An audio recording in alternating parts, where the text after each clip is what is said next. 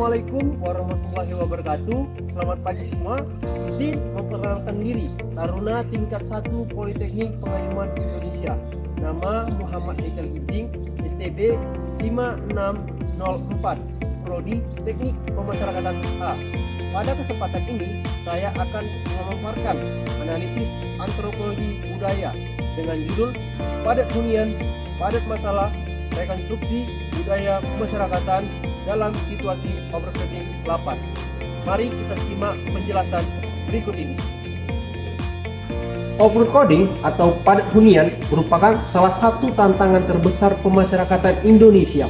Ketika kapasitas lapas tidak sebanding dengan jumlah warga binaan, ruang hidup menjadi sangat terbatas.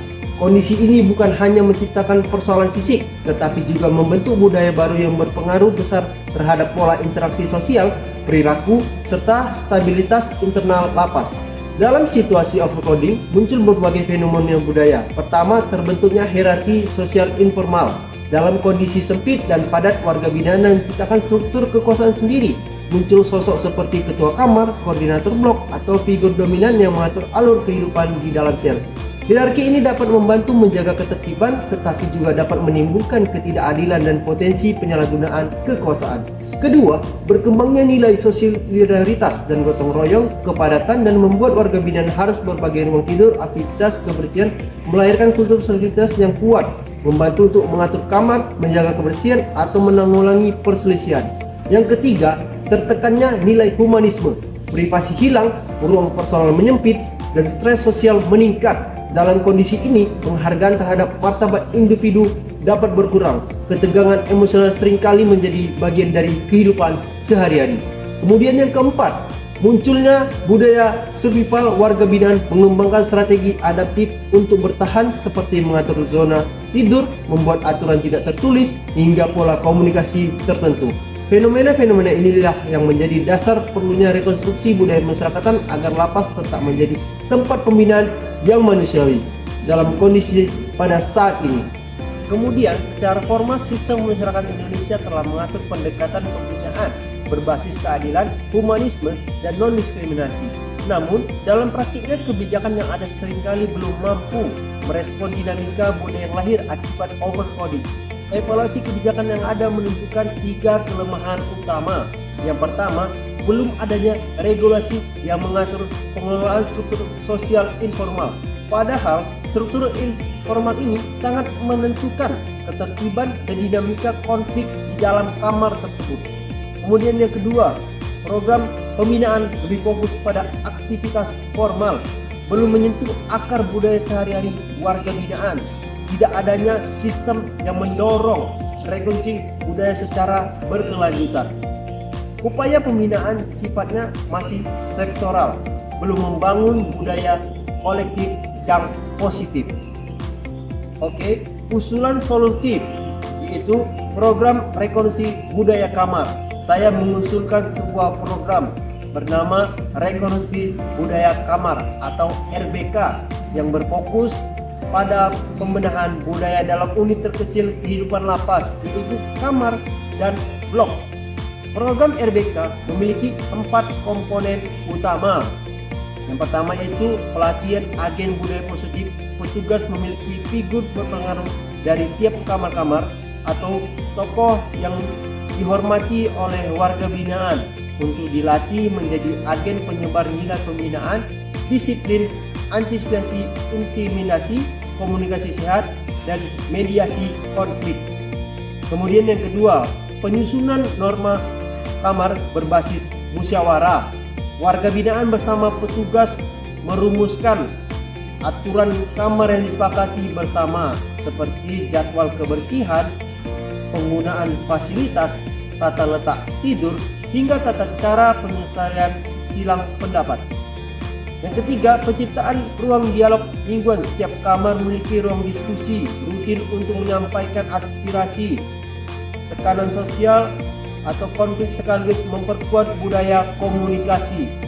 Yang keempat, sistem reward budaya. Jadi, di dalam kamar yang menunjukkan budaya positif diberikan reward prioritas pembinaan, rekomendasi penilaian perilaku atau akses tambahan pada program pelatihan. Kekuatan program ini adalah dapat diterapkan meski lapas tetap penuh karena fokusnya pada perubahan budaya, bukan infrastruktur. Sebagai calon petugas pemasyarakatan, penting memahami bahwa hidup di lapas bukan hanya diatur aturan formal, melainkan juga nilai yang diyakini bersama, norma yang berkembang secara informal, sistem sosial yang mengatur interaksi sehari-hari. Dalam kondisi overcrowding, terdapat 4 nilai utama yang membentuk kehidupan di lembaga pemasyarakatan. Yang pertama, nilai solidaritas sebagai bentuk adaptif kolektif. Yang kedua, nilai hierarki yang mengatur posisi sosial.